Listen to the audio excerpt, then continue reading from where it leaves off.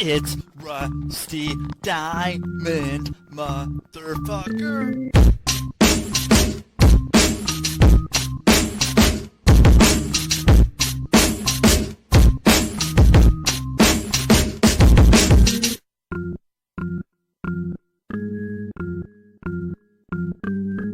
It's Rusty Diamond, motherfucker. It sure is Rusty Diamond, motherfucker. What is up, everybody? Welcome to the Public Access Podcast. Boom, Miss Rusty, all that shit on the Rusty Diamond Podcast Network. Find me, rustydiamond.net. That's all you really need to know. I don't want to take any more time. I just want to jump right into it. I had this guy on maybe a year ago or something. I don't know. But we have since talked because of certain things that have come up recently. We'll probably bring that up. So it's time for me to bring on my special guest right here and right now. And my special guest right here and right now is Ryan Schofield. Ryan, what is happening? Not too much, man. Just hopefully we got it. It can. Hoping you can hear and see me right now. I can hear and see you. It's what it is, and it's gonna be good because it adds to it. It adds to the podcast, and maybe we're just getting too real with shit. It could be my internet. I'm gonna say it's my internet. I'll take the internet responsibility here on this one. Hey, it is what it is. No blames on there, but I appreciate you having me on. And yes, you introduced, it was like, I probably want to say about a year ago. Yeah. Almost to the day. I remember after I was on your show, I was going to watch a playoff baseball game. So middle of October or so, yeah, probably. Whoa. Okay. So what was it last year? What playoff game was it? I was going to watch a Phillies Mets game, I believe, with my buddy afterwards, if I'm not mistaken. Or it was maybe it was even sooner than that. Because I know that you were like the first show that I was on in like forever. And then like I kind of used like my experience with being on your show to kind of work the system as to how I was going to get people on my show. So you kind of created a little monster there for a little bit. Okay. And then what kind of shows were you doing? I know you have your podcast, the Scho-Zone. So do you have any wild guests, wild encounters? Yeah, I definitely did. I mean, I've been on a little bit of a kind of extended hiatus, or I just haven't been doing the show as regularly, but I kind of learned from you the idea of have a conversation with somebody before you have them on. So that way, when you get them on, it's not this, whole awkward thing. Because I definitely had one interaction with somebody where they started telling me what I was going to talk about when I had them on, and like really started dictating the terms, and didn't like a couple of little jokes I had made. And I was just kind of like, I remember then I had you on my show and you told me, don't do it, man, don't do it. And I wanted to have the show on because I think that uncomfortable conversations can be good conversations, or at least make for some good content, but it never went through. I ended up having a pretty interesting encounter with a guest who was somebody who was a negative commenter in on my YouTube page. Cool. But then it actually turned out we ended up becoming really, really good friends. Or, I mean, maybe not good friends, but we became acquaintances for a little bit. But then it started turning into this whole thing of that I could never just have a 5-minute conversation with this guy. It was always like a 3-hour process kind of thing. Holy shit. But I had him as a guest on my show. He was definitely interesting. Then things started getting a little too far where I had this woman on my show who said she had an amazing story that nobody would touch or whatever. So I'm like, oh, sure, I'd go on there. And I had her on, and that's when I felt like I was like way out of my grasp. Like, I don't even want to get into the specifics of it necessarily, but like, it would turn into this whole thing of that I was trying to figure out whether she was a crazy person or if her story has really been silenced by, the powers that be in this world. It was intense. And then I started a serious relationship, and I'm now actually married. So I kind of, put the podcast second, and I've been kind of working on that for the time being. Yeah, congratulations on that, man. I mean, that's more important than a podcast. And you gotta make sure that that's how it goes. You can get back to the podcast at some point, but yeah, it was a good idea, and it's always good to take a little break on the podcast. You don't want to get burned out, and you have to enjoy the time with the getting married. And did you get married near where you live? Yeah, I got married right in my hometown, right, like kind of near where I grew up. I had the mayor of my hometown was the one that officiated it. Yeah, so Wow. that was good. And really, what was I like the idea of the not get burned out thing. I had no direction in doing anything. In fact, my podcast was kind of at the time before I met my wife. I was just this guy living alone that used to hang out in bars all the time. That kind of was just okay. I've got something to say. Well, here, I'll just put it out there and see if anyone wants to listen to kind of thing. So I had real no structure. And then overall, my professional life kind of doesn't really allow me to hold a regular schedule. So it's like, while I want to continue to do this, I don't have the ability to help build the following for it exactly. Cause it's not like I can say, okay, every day at this time I can do this. You start finding the struggles. So anyone that hates on anybody who is a content creator, try doing it yourself. And then you'll find how difficult it really is. Yeah, especially if you're doing anything else. If you have a regular job, man, it's pretty difficult to be a content creator. It's difficult when you don't have a job, and this becomes your job. I put it in quotes, but it's a job, man. And whatever it is, whatever it may be, it's still a lot of fucking work. And so it's been since Yeah. when was the last time you recorded an episode?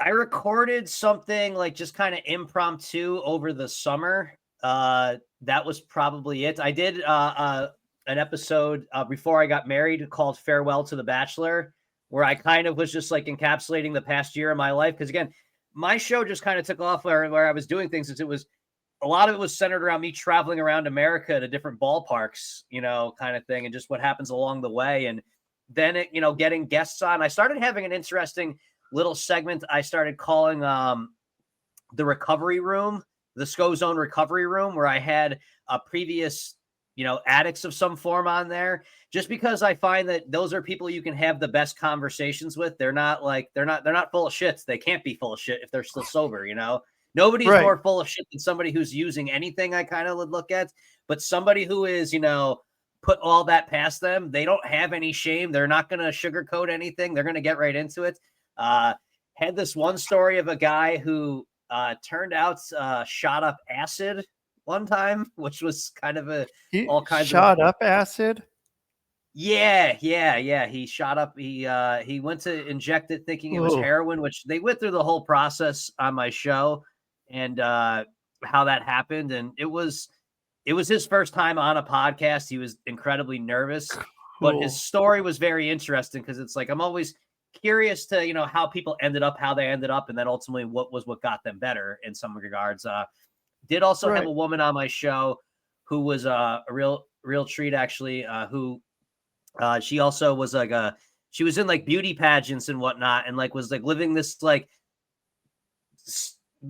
lady, like or like it's like life that made it seem like that everything was perfect. She was like a church going woman or whatever, but she was a raging alcoholic, which I obviously Whoa. can empathize with. And she had this whole story about waking up with her hair frozen in vomits, and Yeah. listen, those were cool things to do.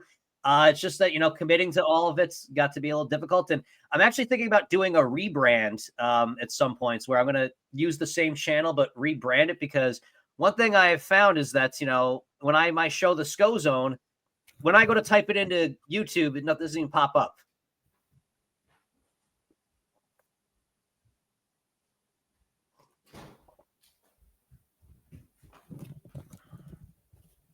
Okay, when you had your show, the Scho-Zone, I'm sorry. I was like, dude, I think I figured it out, but I didn't.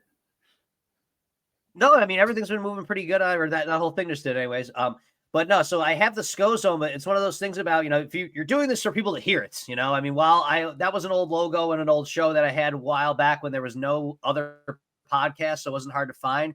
If you type in the Scho-Zone, you would get the School Zone would pop up all the time. I wouldn't even be able to find myself on Spotify. And I had this guest on a guest of mine on a show, and his podcast was called Music, Movies, and Sports or something like that. Literally just that. So when I had him on the show, I was like, well, that's a really clever name. And he's like, no, actually it is. Let me explain this for you. And then he goes through about how he's like, people just want to search for stuff that they like or whatever like that. He was like, so if they type in any of these things, it comes up. And I'm like, oh, shit. So here I was kind of like busting your balls a little bit, and you just taught me something. So I have an idea in mind that I'm going to be going for, but I've got a lot of moving parts in life right now. So until I actually solidify some things and actually start kind of building a schedule for it, I'm not going to reveal it all. But I do have a brand that I'm kind of looking for that I have searched and have not found. So, yeah, I think I'm going to start getting back into that again. I like it because I've seen something like the best Thai food, like the name of a restaurant. So when people type in, or, best Thai food near me or something like that, or best, best whatever near me, or something that people are going to Google and come up with that shit. And, may as well have that going. And I don't know. Well, it's a competitive space out there. So it's one thing is to getting noticed is the hardest part. You can only share things to your immediates, friends and family and stuff. And guess what? Most of your friends and family don't care, kind of thing. They got, they're just right. They might give you a pity download here and there or something, or a listen, but they're not really, if they stay in touch with you, they already know what you have going on for the most part. So getting the other people to, you're trying to reach a broader audience. You're not just trying to cater to your friends type thing, so, and right now I've just realized I'm rusty at this. I keep saying, I had a little thing going on in the Scho-Zone at one point in time where every time I said, I slapped myself in the face. Ooh, how did it work?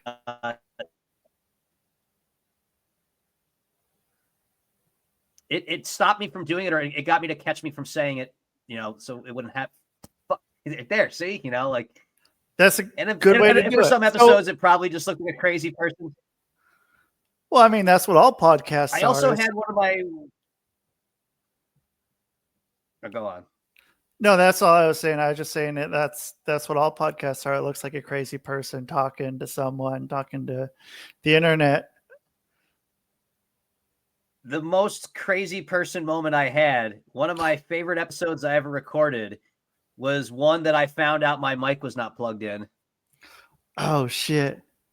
I went on a 40-minute unscripted rant where I really felt passionate about it, and went through the whole spiel, uploaded it, went to watch it back, and that's when I realized, because you could hear my intro music, but then you just saw me ranting and raving. I still kept the episode up because I think it's hilarious to see me where I'm clearly worked up and passionate about something, but there's no audio containing it whatsoever. Are you going to do some sort of dub over it? And, I bet you can, there's probably a way that that AI can figure out what you were saying in some way, or else you can go and say whatever the fuck you want to say over it. If you ever have extra time. It's one of those things where a relit cigarette never tastes the same. That's true, especially if you light it from the other end. Oh, that's the worst. I can't tell you. I used to smoke Marlboro Lights, which were the worst for that ever happening. That's actually one of the reasons that got me to stop smoking Marlboro Lights, because for some strange reason, it always had to be the last cigarette at like 3 a.m. when I was 3 sheets in the wind drunk. It always had to be that cigarette. And that was one of those things when that would ever happen to me. People always wonder how when they see like an addict on the side of the street and they're willing to, give a sexual favor, just for $5 so they could go buy drugs. Suddenly in that moment, you could understand that person a little bit better. Like there was a hand job to be given to get another Marb Light right now. I'm not saying Right. I do it, but there would be a decision. A decision will be made. Yeah, because I mean, those look totally the same both ways. That's an easy one to flip. That's not like one of the cigarettes that are whatever brown color the filter is. That could be, yeah, an easy one. And, you know, some of those, I don't know. I had a hard time.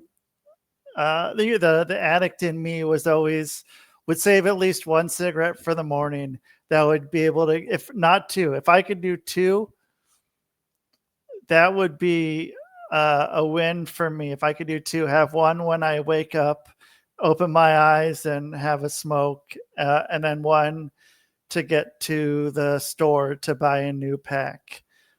I very rarely was the guy who would run out of cigarettes at the end of the night. That was because I had that, man, I have that conversation of, is a hand job worth it for a cigarette right now?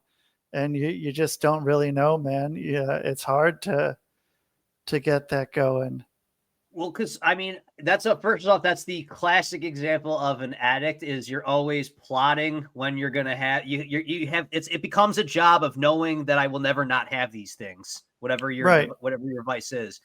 And even times of hanging out like at a bar, like I'd have people like, oh, I'll buy you a drink or whatever for, oh, come on, I mean, $6 drink for a cigarette. It's like there's not a cash value on this right now. There's nowhere to get these right now. This is like, yeah. It would have to be a ridiculous amount of money for this, and I'm probably gonna follow you when you're done smoking it. And if you put it out with another drag, I'm probably gonna pick it up and still smoke the last hit of it. Yeah, I probably would too. Or go through the ashtray and find one that's half smoked if I'm lucky. I don't know, man. Yeah, smoking's a fucking crazy thing. It's you do some crazy shit for it. Crazy shit for a cigarette. But I don't even know what cigarettes cost now, dude. I don't know how. I mean, I assume in New York they're fucking probably pretty costly right now. They're like, because I had a couple of times where I'd have a coworker ask me, hey, do you want to grab me a pack of smokes while you're over there? And they're like $16-17 a pack now. Wow. One thing I've always looked at is that a cost of a pack of cigarettes is usually right around the cost of minimum wage. And then the ironic part about that is that most smokers are minimum wage workers. Yeah. Damn. So it's an hour of fucking work for, pack a day. So 5 days a week with 7 hours or 7 days a week. So what you do the math, someone do the math. Cause, yeah, no. But I mean, the one thing when I smoked, I used to look at it as that it was 5 minutes of an hour at work that I was not expected to do any work. That's true.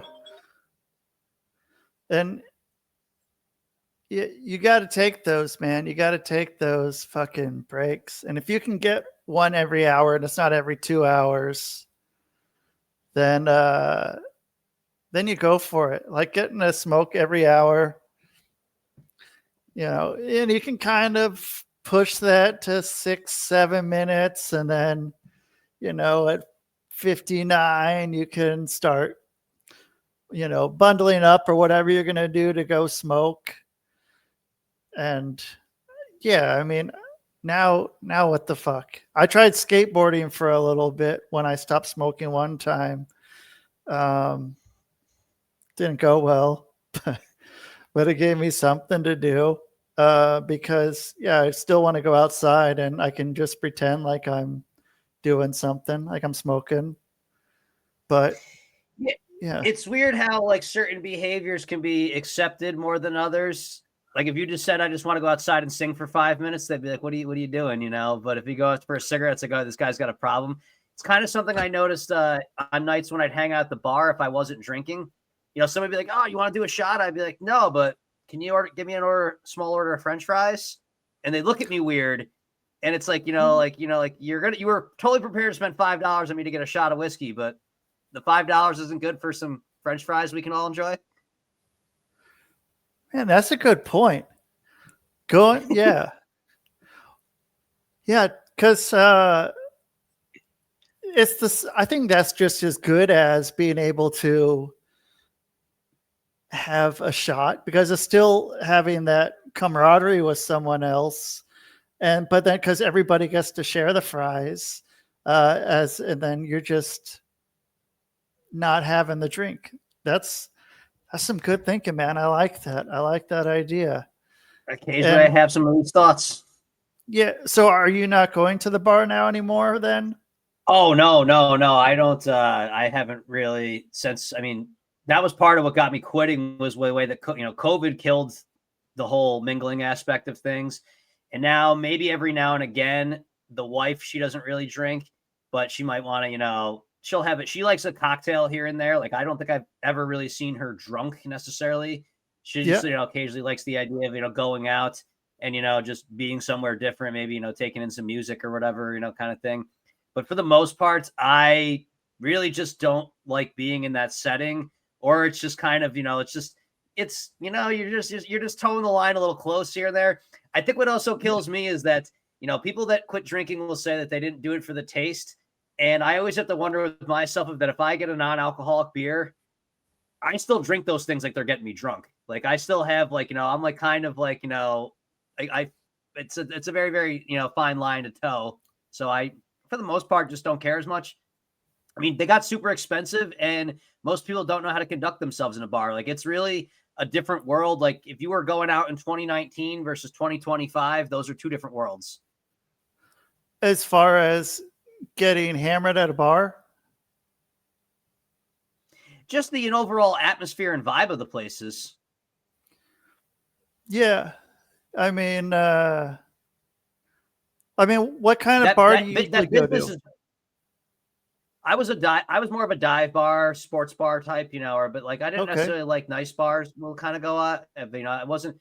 There's the whole thing I used to joke around when I was in my 20s. It was if I walked into a bar and it was empty, I hated it. If I was in my 30s, if I walked into a place and it was empty, I loved it, kind of thing. Okay, yeah. But just even, I started hearing this word "overserved" get tossed around at bars, and I kind of was like, I was like listening to a bartender one time when me and my wife went out sometime, and she was talking about the place across the street, how she hates that when people get kicked out of there, they come over there and like they talk about being, they got overserved over there. And I'm like, this concept is foreign to me. I thought that the bar's job was to overserve you. That was how they made money.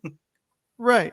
Yeah. And, especially if you can go and walk over to another bar and then you're someone else's problem, as long as you're not going out and doing anything too crazy. Then you expect, oh yeah, I've never seen them before in my life. I don't know who they are. They probably were fucking getting drunk in the parking lot.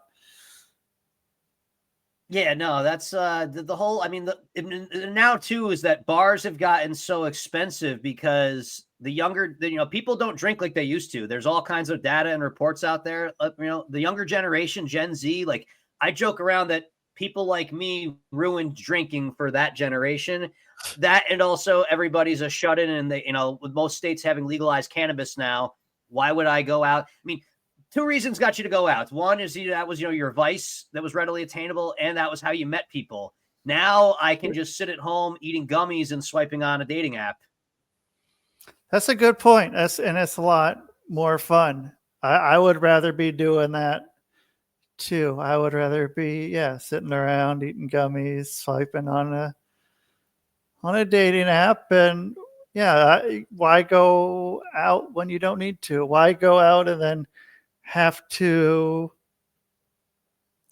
I felt like it's more filtered then, but then I don't know. I was watching a video yesterday, the day before, about that with dating apps and like the people that you would meet on a dating app as opposed to who you would meet in real life, and how people. But then, like, it was saying that like the people that you would meet in a dating app are people that you wouldn't meet in real life, but you are meeting these people in real life. It was trying to say that like they were two separate things. And I mean, I've kind of gone both ways on dating apps. I've gone I found dates, on dating apps and dates not on dating apps. Both have gone both ways, somewhere in between. And I mean, yeah, like the people you're gonna meet, they're the people you're gonna meet. And sometimes it's fucking great, man. Sometimes I don't know. Yeah, it's a different thing than if we would have had that when we were young rapscallions. I mean, things would have been a little different.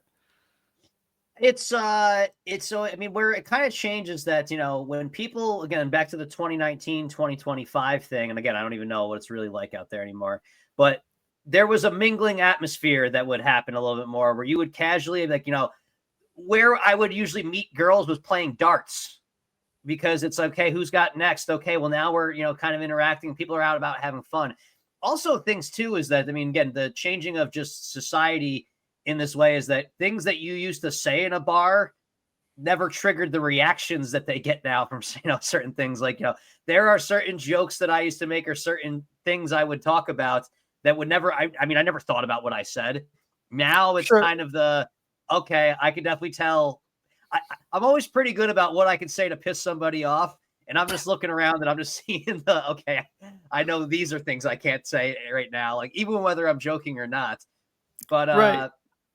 I also think too that, for that sake of that, I enjoyed, that I was more comfortable in that atmosphere because it's where I spent all of my time.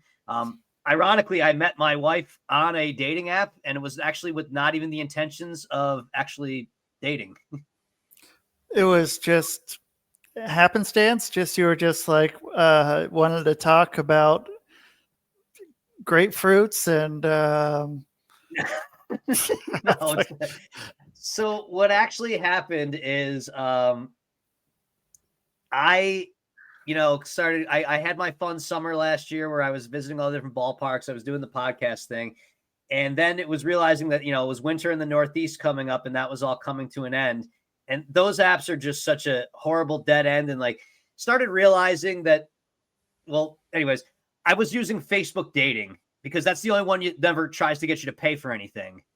Because all these people, like, I've heard about, if like you're really getting limited. They're trying, it's a product. And a friend of mine was telling me about how once he canceled his premium subscription on one of the apps, all of a sudden all of these matches started coming through. And it was kind of like, okay, this whole thing is designed to get you to spend money. Let's just be real here. Yeah. So I found myself on Facebook dating. There is a tab on there that is for friendship. I accidentally ended up on that tab. And the first person I saw in there was a guy who was definitely not trying to be friends with anybody that I swiped the other way on. I didn't know I was on friendship. I thought I was on dating. But then once you made a swipe onto that, you're kind of in the friendship algorithm now for people. And I got a swipe from, it was my wife actually was the one who, I get the whole thing. Evelyn wants to be your friend.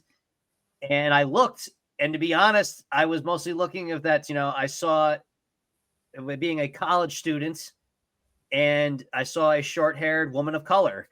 And I was thinking to myself, knowing the climate of college campuses right now, wow, for a short-haired woman of color to want to, and I'm being very careful with the terminology, I guess I would say, I don't want to say black person because that might be offensive. And I just said it anyways. But I see that the match to me, I'm going, this is intriguing. I have to see why someone would, this is almost flattering to me. So then we were chatting, and it was, again, the most awkward of things of that I just hate. I'm a talker. Consolidating me down to these little sentence phrases where, if you've never talked to me, you have no tonality to it. And we were having a very terrible conversation. And then I just, I said something about talking, and then she had said, yes, I prefer this. I'm not good at texting as well, too. And we started chatting. Turns out that she still is a person of color, but she's she's from Kenya. Within the, first, 2 seconds of chatting with her, I hear the accents. We start chatting, and that's how it all started. Within the next day, we met up, and just kind of, again, even when we first went to meet, it was just kind of the idea. She explained, how she's been over here. She's studying, her PhD. And I was just kind of in the, it doesn't hurt to be a nice person. I was thinking it was going to be kind of like a pen pal type thing, almost, but like a little more modern day. Decided to meet up. And when we met up, everything just kind of clicked. And there's a comedian that I follow from the Rochester area that said marriage is just a first date that got out of control. And that's kind of how it all played out. Dude, that's awesome. She lived pretty close. We live together now. I mean, so she's originally from Kenya. She's just here. Right. No, like when you started dating her, was she living close to you? Oh, or like, oh yeah, we were like about like a 15 minute drive. Oh shit. Okay. That's not bad at all, man. That's like kind of the perfect distance right there. Like 10, 15 minutes is pretty great. Like, I don't think you can get better than that. That's kind of the ideal. That's not like right there in the same neighborhood, but that's not like, damn, it's going to be a pain in the ass going over there. It's a long fucking way. This is just, 10, 15 minutes. I can get over there, drive on over. I don't know how you drive. How do you drive? What's your I drive on with a my clock? hand on the bottom. So you're my a 6 hand o'clock? is on the bottom of the steering wheel. Like, yeah. I'm a 6 o'clocker. Yeah, kind of that for the most part of that. And then unless I have to make a turn, then I'll go to the top. But for the most part, I'm a 6 o'clocker. Okay. Yeah, because I mean, now they're saying to put it at 9 and 3 because like we were taught 10 and 2. Now they're saying 9 and 3. But yeah, I'm just like wherever, or sometimes it's my knees or something, or whatever it may be, whatever is steering my car. And knees only, of course, when I'm stopped and just sitting there with the engine off. But it was weird. Yeah, like it was always just so ingrained 10 and 2, but then I don't know. That's just for weenies. I hardly ever have two hands on a steering wheel. Yeah, if that's usually how you can tell. I feel like that was one of the things that cops look for people that are drinking. If their hands are at 10 and 2, they're like, trying to fucking stay there. The white. Yeah. Yeah. And like, I mean, when I was in that line of work, I probably had one hand on my open container and the other one, on the top of the wheel. Probably was how I was doing that once upon a time. Yeah. But right. I definitely, don't condone, not trying to glorify any past behaviors, but there definitely was some drives where it's the white knuckling it, like, okay, we just got to hold this thing straight. Just got to get to there. And then once I go around this corner, it's like nobody's been following me the whole time. And then it's a whole new set of things. And then you just have to wait. I don't know, man. I don't know how the fuck driving was a thing. Shouldn't have been a thing. But was what it was. There wasn't Ubers. In the day and age of Ubers, right. That's where it's, like, as I always joked around, is that drunk people always found money to buy cocaine. Drunk people can always find money to get an Uber. It's a damn good point. And yeah, it's a lot cheaper. And I don't know, man. Yeah, it's some weird shit. Where so you said earlier last year that you went to a playoff game. And you said it was the Mets and the Phillies. And was that at oh no, I didn't go. I was going to watch it at a friend's house. Was what I was going to do. I remember that day pretty well. All right. As far as I did that, we recorded earlier in the day, and then I went over to a friend's house to watch it afterwards. Weird how I remember certain things. Yeah, and so like, where'd you go this year? Is that like this year too broad of a question? No, I didn't really do much this year. I mean, we got married, then we moved in together, and then we went to Miami. I went to a baseball game in Miami. That was it. Miami, I would say, is like that was our honeymoon. Going to Miami is like leaving America without leaving America, as far as nobody speaks English. Oh, okay. That's cool, man. It is it is very, very very Hispanic. So did you get to, how is your Espanol, or how is? Oh, I don't know any of it. Okay. So How did that go? What was your way of communication? Oh no, some people do speak some English, but when you're walking around, like there were Yeah. some times where we would walk into a place and the person would just flat out no hablo inglés, like they would say they Right. don't speak English. So then And what'd you you have have to people that do? was definitely their second language. I mean, for the most part, didn't really need people for much as far as we were, on the beach and we went to a baseball game, but it's just one of those things of when you would, being from New York, I would just kind of have the whole thing of that I would walk up to somebody expecting them to be Italian and they were not Right. Italian. They were some type of Hispanic, because I mean, obviously there's a large Cuban population there. But then, I mean, I remember stopping by, there was a fruit stand near our hotel that we would stop by that was, they were Ooh. Venezuelan and they didn't speak any English. It was definitely a different, and I looked up some of the statistics there that in the early 90s, it went from being like 30% Hispanic to where now it's like 70% Hispanic or something along those lines. Whoa. Like in the Miami, like the actual city? Yeah. Holy shit.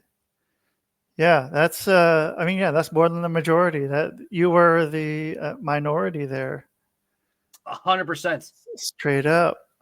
And so had you ever been down to Miami before? No, that was my first time ever in Florida. Okay. What prompted you to choose Florida?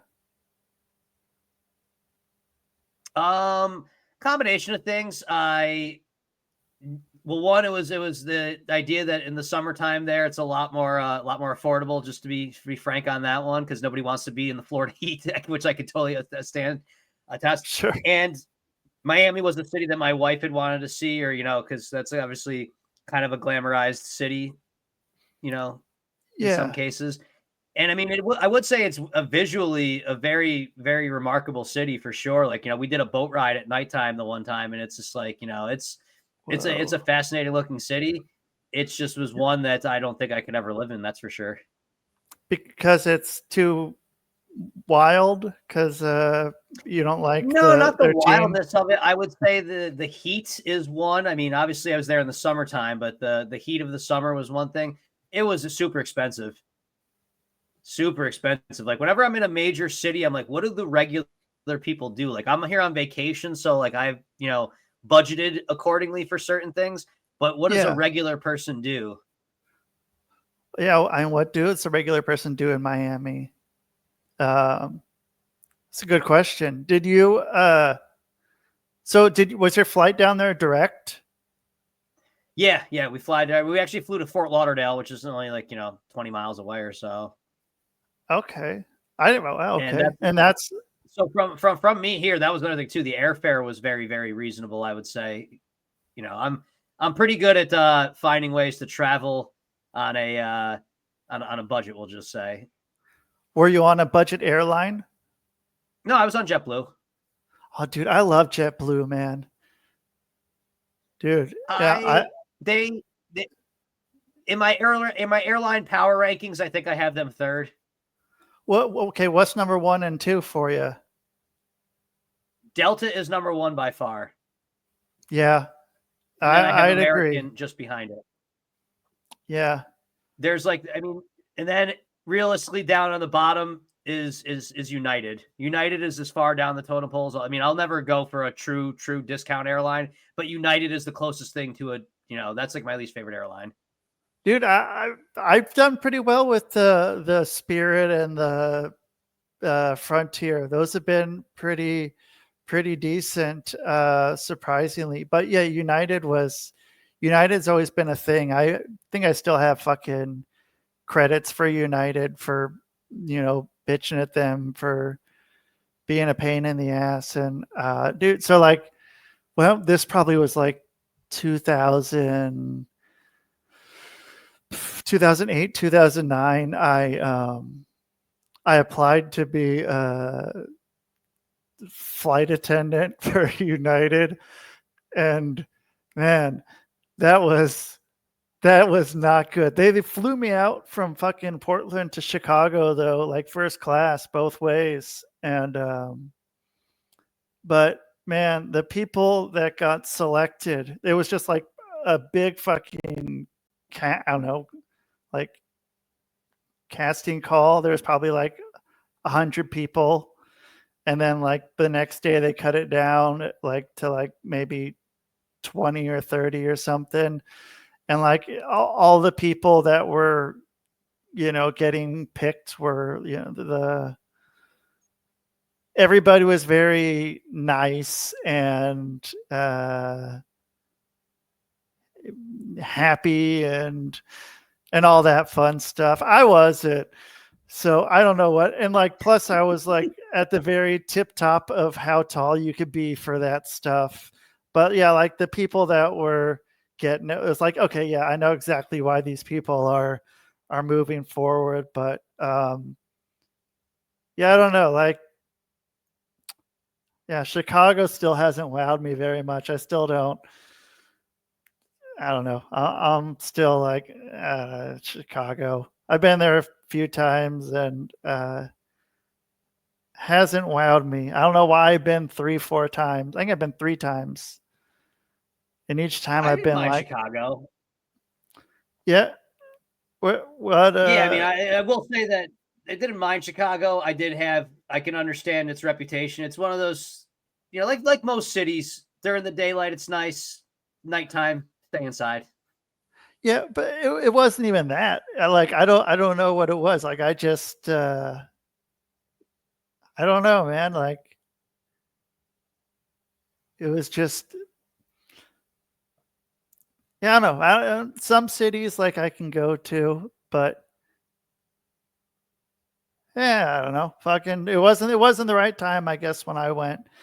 And so then you went to a baseball game down there, and did you go to any of like the local games there? I think they were in the same uh league as one of the teams that I was watching down there. Out there. I think they were like in the MILB, um, the Oh, Rochester I didn't baseball watch team. any of the minor league or anything. No, Oh, you haven't gone to any of no, I didn't those? watch any. I didn't go to the Okay. I know we went to the Cardinals were playing the Marlins there. That was a stadium. I'm trying to see all the stadiums, so I got that one off the list. That was like the one thing that was kind of for me there, but for the most part, it was just nice just having the beach there. Yeah. Did jet skiing on the beach for the first time, which turned out to be a disaster because I flipped the jet ski over, and Oh shit! How but was that? Did you get it? Anyone get it on camera? no. It was Oh, yeah, it was. I mean, those things are not as. I mean, it's definitely it's amazing that they just let anybody just on those. Where it's like as soon as I got on them, I'm like, this feels like there's a little bit of a trick to this. So there's a little bit. They shouldn't just let me go out to the ocean, like yeah. just they show you a video of what to do, but I just found that the steering was. I'm just thinking of playing Wavelength on Nintendo 64. How the steering is Sure. a little sensitive on those things, and then ultimately if you're steering and a wave hits at the wrong time, that's how you flip over. But I mean, obviously it happens because they're designed. I mean, the jet ski flips right back over as soon as it, Oh, as soon okay. as you turn. So it's not as But much of an ordeal, but a little bit of a weird feeling when you're out, you know, I said again. But you're a considerable distance out in the middle of the ocean, just kind of wondering what's wildlife might be nearby, kind of thing. did you hang on or did you let go when it flipped? Oh, I fell up, and I mean it happens enough too that they have a thing on your wrist that's if you get this, that kills the engine, so it stops right That's then and good. there. Yeah, Okay. but Uh, made a little bit of an ass of myself, so be it. But for the I most remember. part, just kind of went around. There's a couple of different destinations. We went to Little Havana.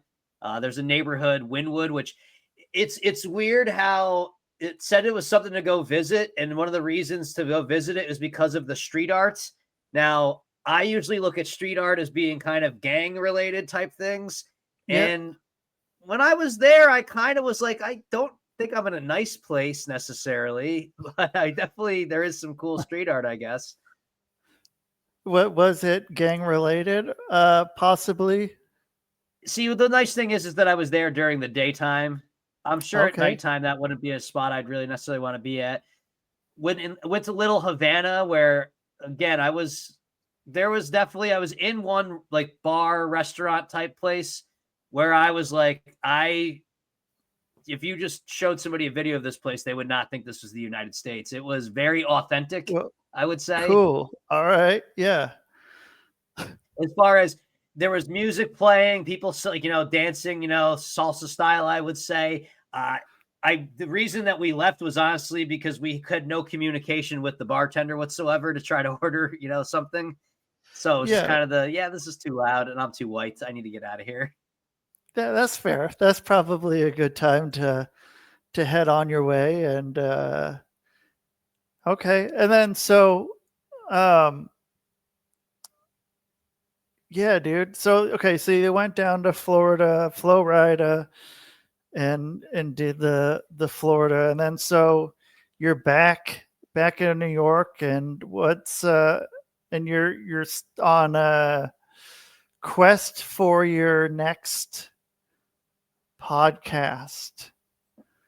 Kind of is the idea. I've also liked the idea of trying to maybe do some type of a joint content thing with my wife, because I have noticed I posted like a short or two of some things when her and I first started dating, and you start getting the hits because once I put Kenya in the mix, you start getting some traffic from there.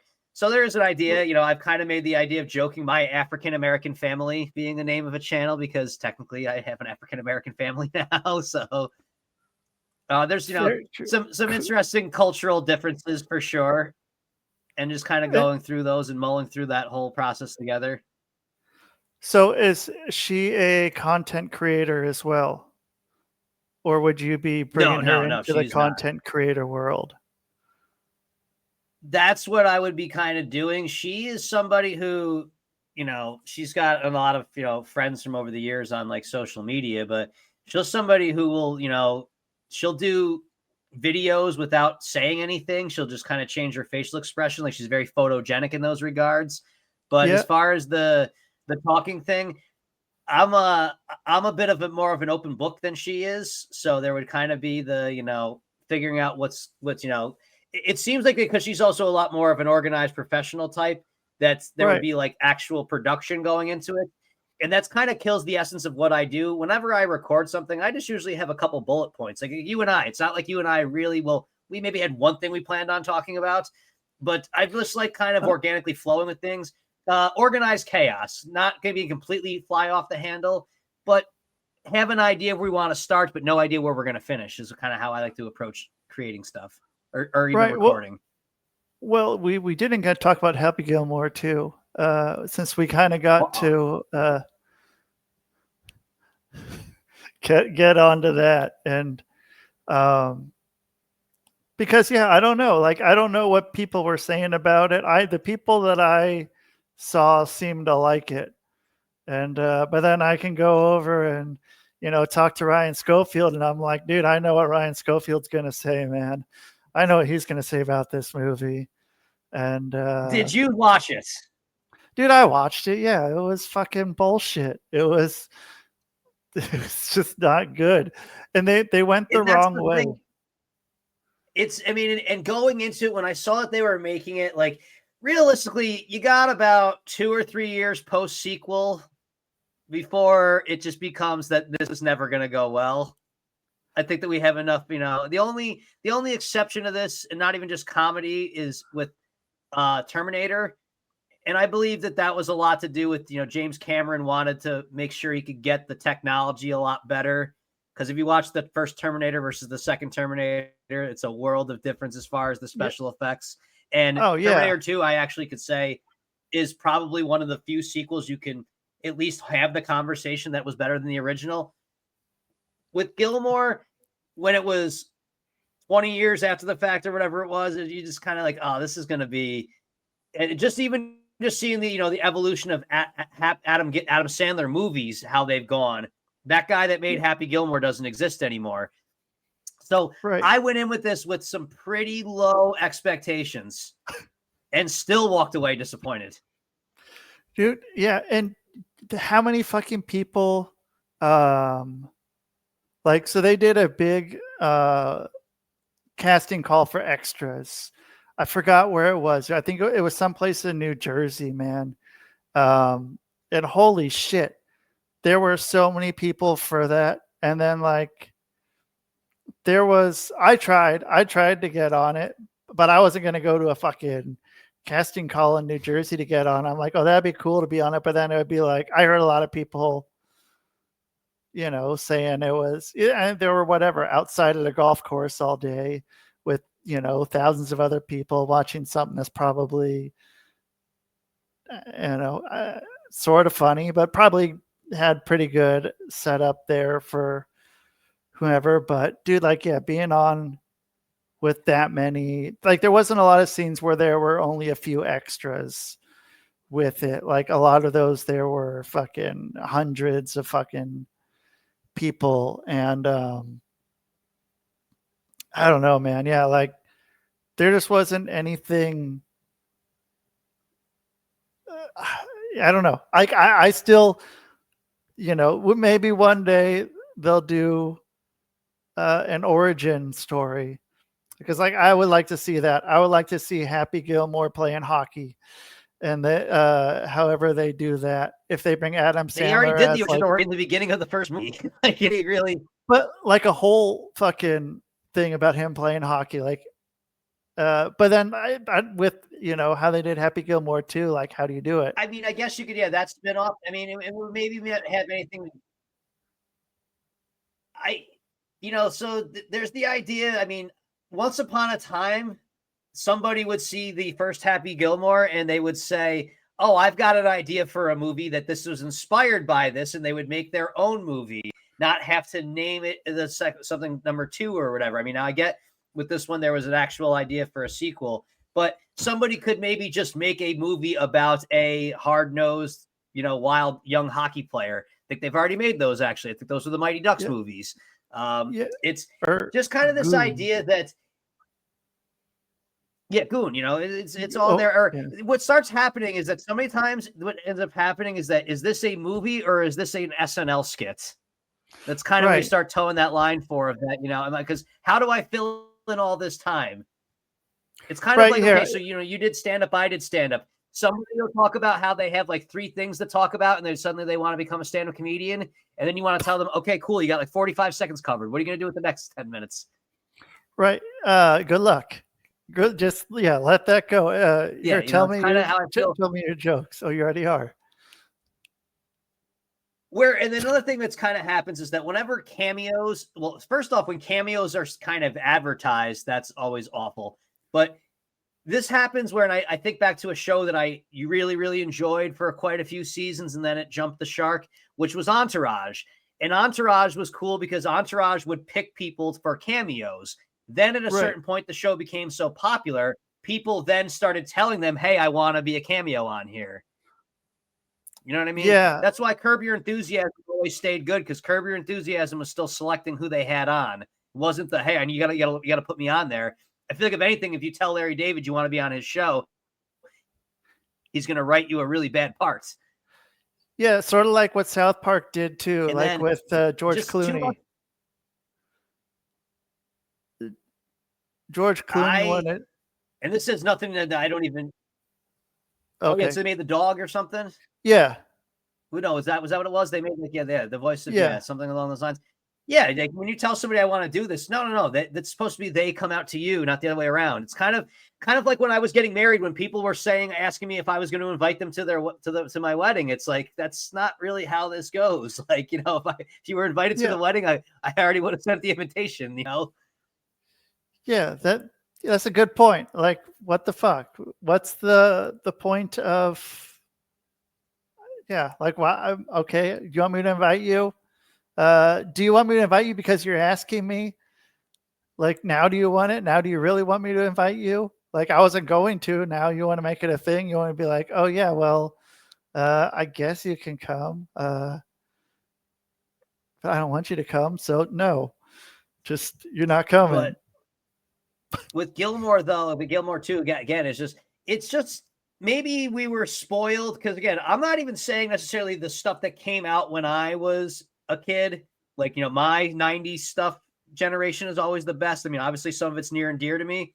I went back in time. I mean, there's some great stuff from the 80s and the 70s that still kind of holds up in its own way. But just to see the lack of creative effort in the comedy that was being presented. And that's the whole thing of that. If for somebody who's, there was the people that they enjoyed the movie, they had a good time, that's fine. You're going to continue to get garbage remake sequels like this because you're just going to be able to capitalize off the nostalgia factor because it reminded you of a time when your life didn't fucking suck. I get it. I totally get it. Right. For me, I just like to see a little bit of effort and creativity where, yes, I was not expecting Godfather 2. I put that one right out there. I wasn't expecting a wonderful, Academy Award Scorsese style movie or anything, but at least an honest effort, at least try to expand upon this somewhat. Even the gags that maybe were a little bit new and funny were all played out by the first 20 minutes. Right. And 20 minutes is even being pretty generous. Yes. I mean, I would go to say 10 minutes. It was played out. The one that we were talking about that you had brought up with the drinking everywhere. Dude, that didn't take very long. I was like, 2 times I saw it, then it became, oh geez, they're gonna keep going back to this, and then it became, it's like, well, you killed any, if you peppered it in occasionally, there would have been some parts that you did it where it would have been funny had I not been inundated with it for the first, as much as I had been. Again, as I told you, the part that I laughed the hardest at in that movie, I don't even know if they wanted it to be the funniest part of the movie. But when Shooter McGavin is in the loony bin and he's sitting there joyfully laughing while he's reading The Shining, that was fucking hilarious. But you know what? There's people that probably didn't even get that joke. Yeah. And it wasn't, they're probably laughing at the, I don't know. I don't want to guess what people are laughing at, dude. Like, I don't know. I don't want to think about, like, oh man, that person, they made this joke for someone to laugh at, but who's laughing at it? Well, and the other thing too about it is, so 2 of the funniest characters from the first Happy Gilmore, I mean, and actually even in reality, even Gilmore himself, it's a comedy, but the acting, they're playing it straight. That's what makes it funny. Like Shooter McGavin, like, Christopher McDonald, he's playing a regular, a straight character. It's just the way that he delivers the lines. There's some comedic value to them. Same with Ben Stiller's character. Then these characters all became cartoons.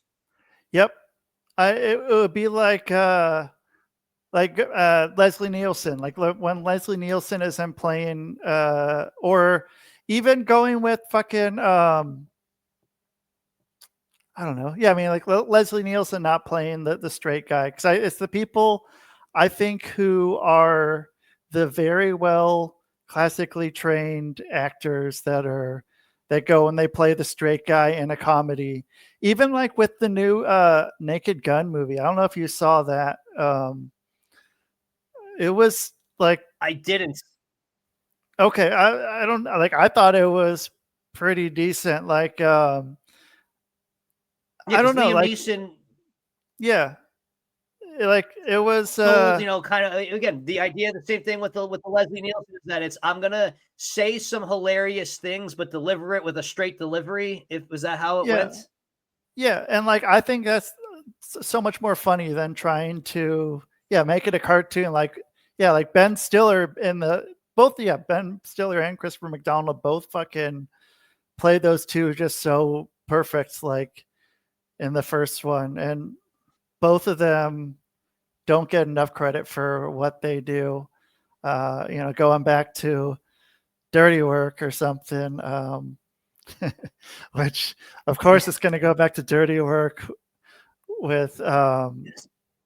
See, but then Norm Macdonald is in that other category, which he is always in times that he's not trying to play it straight and is almost addressing that he's not playing it straight, which becomes its own comedic gem. But he also has awareness for how ridiculous it is that he sounds. But then he can go and play off the straight characters, and the straight characters, like, why can't I think of his name in the movie now? In Dirty Work? Yeah, in Dirty Work. Christopher McDonald. No, not Travis Bowl. Travis Cole, like him playing the straight guy, like, and it worked. It fucking worked, man. Why did I fucking blank on that? I feel like my life's falling apart now that I can't even think of Travis Cole. But yeah, like he could play the straight guy, but yeah, Norm Macdonald can. Like if Norman, I don't know, even if Norm Macdonald he probably would have had a cameo if he was still alive, and Happy Gilmore too, as like because he wasn't in the other one, but like I feel like he would have been someone they would have put in there, and he would have kind of. I don't know what Norm would be doing if he was still alive, or if he would even be fucking entertaining any of that shit. No, I don't know, because he wasn't in the first one. I don't know if he would. Yeah, I don't know if he would be. But I mean, he had little roles in some of those other movies, those other Adam Sandler movies. But I don't know, man. Like he did it, man. And so Happy Gilmore too. Like I don't know, man. I don't fucking know. Here was the thing. It was one of those things of that it was just a flavor of the week type thing, because again, it was the most popular thing streaming on Netflix for the week it came out. Everybody had a thought about it that put out there, and then a week afterwards, it was like it never happened. And that was how I could tell that it really, really sucks, is that there's not one reference or anything has been is not entered into the vernacular or into to pop culture whatsoever. It's just it happened. Everyone watched it. If they had a good time watching it, that's great for them. But I want to know how many people have been like, oh, I got to watch that again. That part was so funny. I don't know what those parts were. I couldn't tell you one line from it. I could tell you a few things that happened in the movie, but that's about it. There's probably 3-4 things I could tell you that happened in the movie. But I don't remember any of the quotes. I don't remember one quote from one person said. I don't know one line. Borrowed time now. You what? All right, you were just kind of cutting out of me there for a second. Oh, yeah. Okay. So yeah, I was saying there's nothing I remember from it. Yeah, I just remembered needing a palate cleanser and watching the first one afterwards. And, again, and then, like, you go back to the first one. The first one, it's definitely not as good as I remembered it being, but there still are some things that it's like, okay, like this is something that's been said since time has gone, since it was made. It's carried on. Right. And then, yeah, with Eminem playing the fucking dude who died. I'm doing horrible with names today, man. The guy who I don't was even on know SCTV. who that guy's name was, what the character actor's name was, but yeah, I know who he is. I know he's one of those, like what they call that guy. Like you recognize him when you see him, but you don't necessarily know who he was. I don't, at least for me. But again, like they seem, I what the Many Saints of Newark was to The Sopranos, where they did these callbacks. And by the way, when you have to show the callback, and I get portions of that because they didn't expect, or they probably didn't want younger people going back and watching Happy Gilmore, because that movie's probably problematic now for all I know. I'm just kind of, just speculating on that. But when they have to literally spell out the fucking joke for you, kind of here, let's show you this 15-second clip in case you forgot. That's never good. You take a minor character and you take a minor line. Like the part where it killed me with this one was where they said, oh, he's in the Sizzler in the sky. He mentioned the Sizzler once in the fucking first movie. It wasn't like the Sizzler was like a big thing to do. And by the way, the Sizzler, for somebody who's under the age of 25, do they even know what a Sizzler is? Or maybe even 35, do they even know what a Sizzler is? I've never been to a Sizzler. I just knew what it was from Happy Gilmore. Dude, I went to a Sizzler one time. They had one in Utah. I went like 4 or 5 years ago. There was like one lone one, and I had never been before in my life, but I went there because of Happy Gilmore and White Man Can't Jump. But dude, like what do you get at Sizzler? It's like a shitty buffet. and that's Sizzler. So, Yeah, but yeah, dude, who it's else knows what Sizzler is? Like, yeah, no one's gonna get that fucking joke. And yeah, I dude, it's it wasn't even a joke. I mean, it was right. a reference, but it was this. It was like again. I made the reference to. Did you watch Sopranos? Yeah, dude, with Many Saints in Newark was fucking god awful. Dude, I almost turned it off And they did the thing of that. They a made it lot. seem like that. They made it seem like that Uncle Junior's trademark phrase was "your sister's cunts." You know, they made it seem like that he said Right. that all the time. He says it one time falling in a bathtub, and probably was just probably like, you know, the actor that played him, Dominic Chianese, just probably just randomly just rattling bullshit, and that's the take that they kept or whatever. But then they Yep. have to like make such an emphasis to shoehorn in these references where it's like, try making your own movie versus just doing a callback to everything that was funny about the first one. That's all I ask of you. I would rather you go up in flames trying to be original and going, oh, I saw what they tried to do there. It just didn't work. You know, like Weekend at Bernie's too. Awful movie. At least they tried something. Dude, oh man. They brought was that was in was that in Miami? Or was that somewhere else down south? 'Cause I remember they had like voodoo stuff. And I don't know if it was Miami. It might have been. Or not. But yeah, dude, like they went out, dude, and like that's where they got the Bernie dance too. Or just dude. don't make a fucking sequel. If Let it it doesn't go. call for a sequel, don't make it. You know, Yeah. action movies make for good sequels. That's, you know, there's some things there because, you know, action movies are a little bit different. Is that okay? Like, you know, when you watch porno, you're watching people having sex for the sake of having sex. With action Right. movies, if you've got some good characters built up, then it's nice to watch action movies that, you know, okay, they're going to find some new ways to make some good action. And if you're the Matrix, you can actually do both. You can still make a good movie in the process. Right. And you should be able to. And it's easy. It's super easy. I actually just saw, I might even be watching it some time now. A good action movie almost gives you no reason to have a sequel because they completed all of the action. I still say, and I'm probably going to watch this at some point because I saw that it's on YouTube and you can watch the whole thing for free, but one of the best action movies ever made is The Rock. Dude, fuck yeah. Fuck. And it did have some memorable quotes even, dude, like that I watched that a lot. That was one of those movies on DVD that like one of the first ones I got. I think I had it on VHS as well, but it was like, because we had a shitty time with that, with having to buy, like I had a lot of physical media. I bought a lot of VHS tapes, and then I had a bunch of fucking like, oh, I got to get like, but you had to start with, I felt like a lot of the action movies were the ones that you had to buy first on DVD because that was when, you know, big sound systems were a thing, and like watching The Rock on there was a cool fucking thing. And yeah, dude, like, man, yeah, I could watch The fucking Rock again, man. Like that's a good idea. Cause yeah, I mean, you got fucking Nicolas Cage and fucking Sean Connery together. Like, what a fucking weird pairing. Like, well, it's also too, as even come to think of it, it's not one of those movies that could necessarily be solved with new technology. I think that no matter what, you're still in the same predicaments that you're in. Yeah, someone, as far as like, you know, people have a cell phone, what, so people that are in the cells can, you know, talk to their family members and let them know that. I mean, I guess that, well, I guess that they could like let people know. Well, they didn't know exactly what was going on as far as the VX poison gas, and it was going to, you know, be able to vaporize the whole city or anything like that. They just knew that they were being held hostage.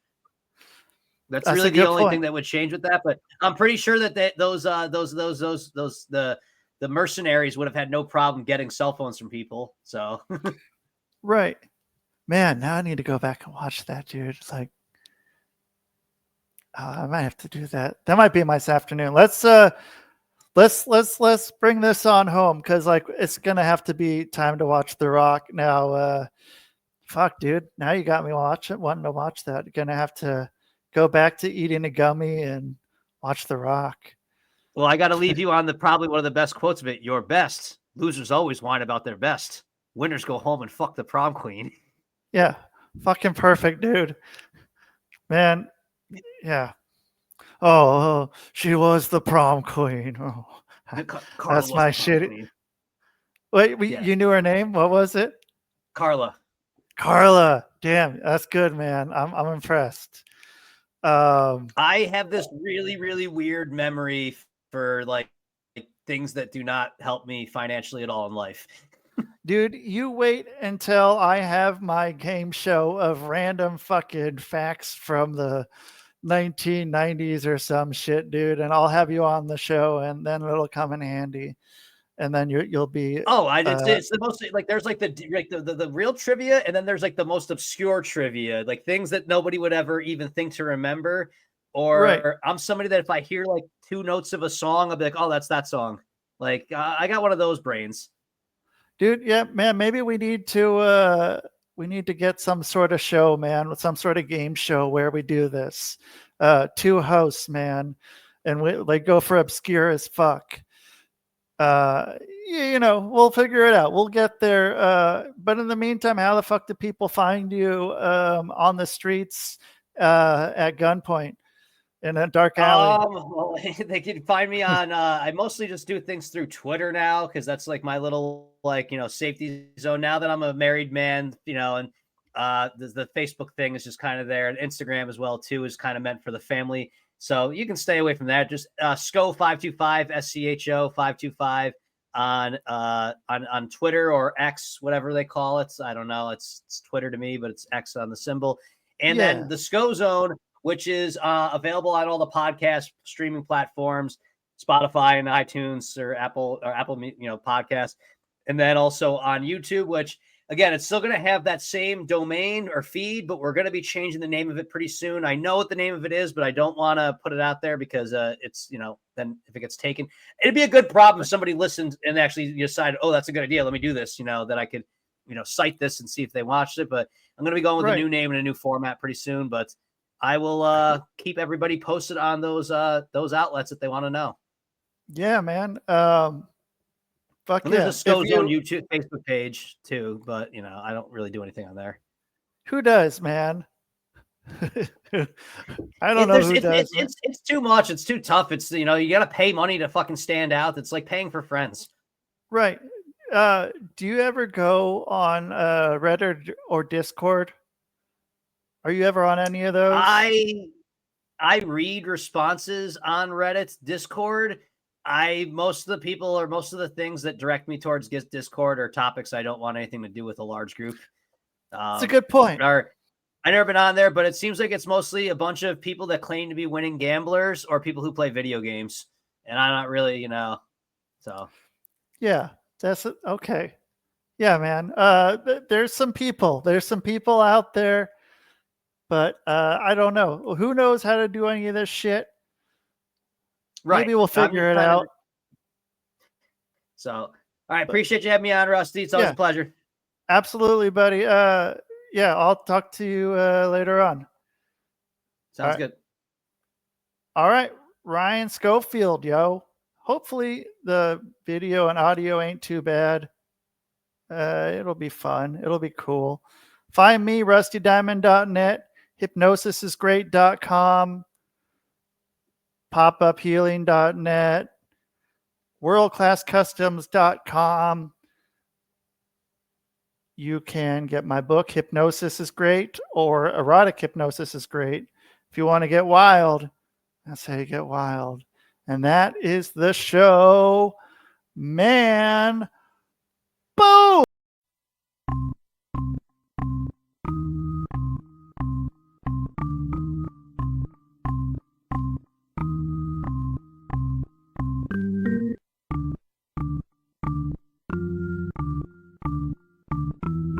It's Rusty Diamond, motherfucker.